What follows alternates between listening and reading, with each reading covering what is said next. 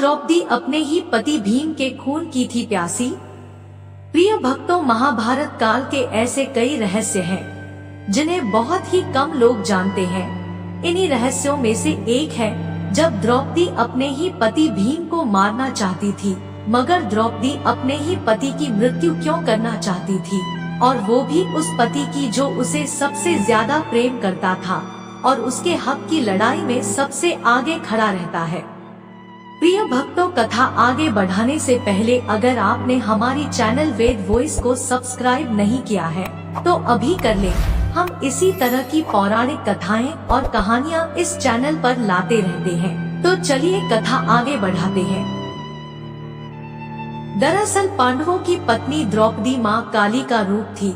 इस बात का ज्ञान अर्जुन को था, जिसके बाद एक दिन अर्जुन द्रौपदी के कक्ष में गए। द्रौपदी के 5 पति होने के कारण सभी पांडवों ने ये तय किया था कि उनमें से एक जब भी द्रौपदी के साथ समय बिताने जाएगा तो वह अपनी खड़ाऊ कक्ष के बाहर उतार देगा, ताकि अन्य पांडवों को ये ज्ञात हो सके कि कोई पहले से ही अंदर मौजूद है।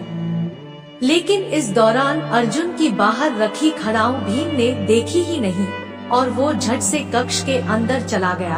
अब जैसे ही भीम कक्ष के अंदर गया, वैसे ही उसने देखा कि वहाँ अर्जुन पहले से ही मौजूद था और वो द्रौपदी के पाँव दबा रहा था।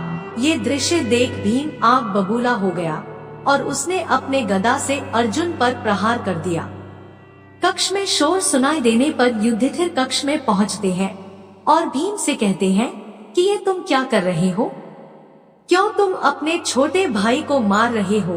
भीम युधिष्ठिर को बताते हैं कि उन्होंने अर्जुन पर इसलिए प्रहार किया क्योंकि वो द्रौपदी के पाँव दबा रहे थे। उन्होंने आगे कहा कि क्या कोई पति अपनी पत्नी के पाँव दबाता है।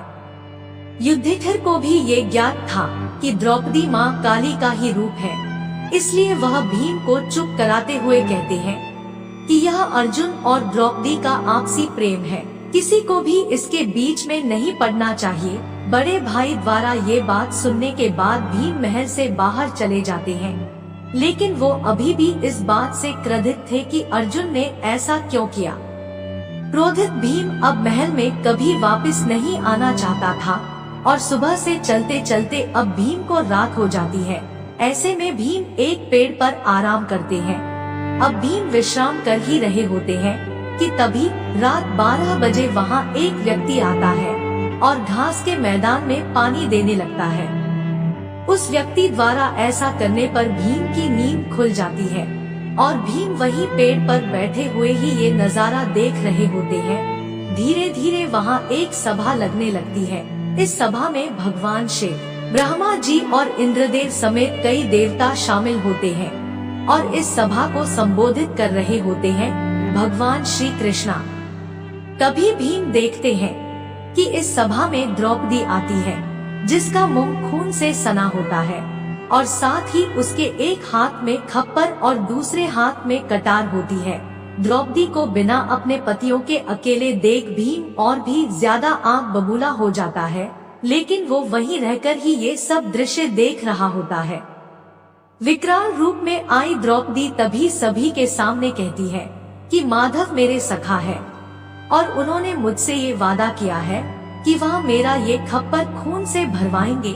इसके बाद द्रौपदी कुछ ऐसा कहती है कि भीम उसे सुनकर दंग रह जाते हैं। द्रौपदी कहती है कि मैं चाहती हूँ कि मेरा आधा खप्पर भीम के रक्त से भरे और आधा कुरुवंश के रक्त से। ये सुनने के बाद भीम को द्रौपदी का असल सच ज्ञात हो जाता है। उसे पता लग जाता है कि द्रौपदी कोई और नहीं बल्कि माँ काली का ही रूप है।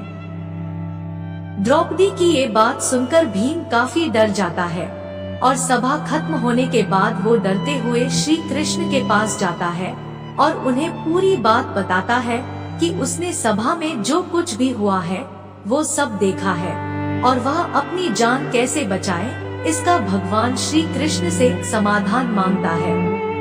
इस पर श्री कृष्ण भीम को बताते हैं कि द्रौपदी महाकाली का रूप है और उनका ये जन्म केवल खप्पर भरने के लिए ही हुआ है। जिसके बाद घबराकर भीम कहते हैं कि मगर द्रौपदी तो अपना आधा खप्पर मेरे ही रक्त से भरना चाहती है।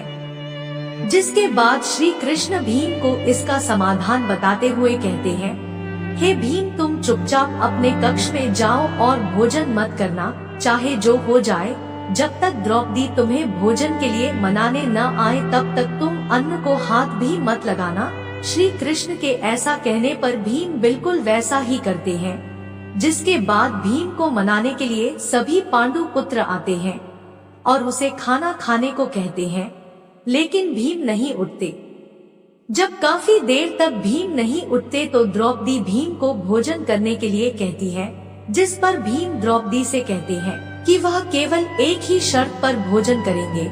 यदि द्रौपदी उनका मनचाहा वरदान उनको दे दे तो भीम द्वारा ऐसे कहने पर द्रौपदी राजी हो जाती है और भीम द्रौपदी से वरदान मांगते हैं कि हे द्रौपदी, पांडु की 5 संतानों को बख्श दो। इस पर द्रौपदी कहती है, तथास्तु। प्रिय भक्तों, इस प्रकार भीम ने अपनी और कुरुवंश की जान बचाई।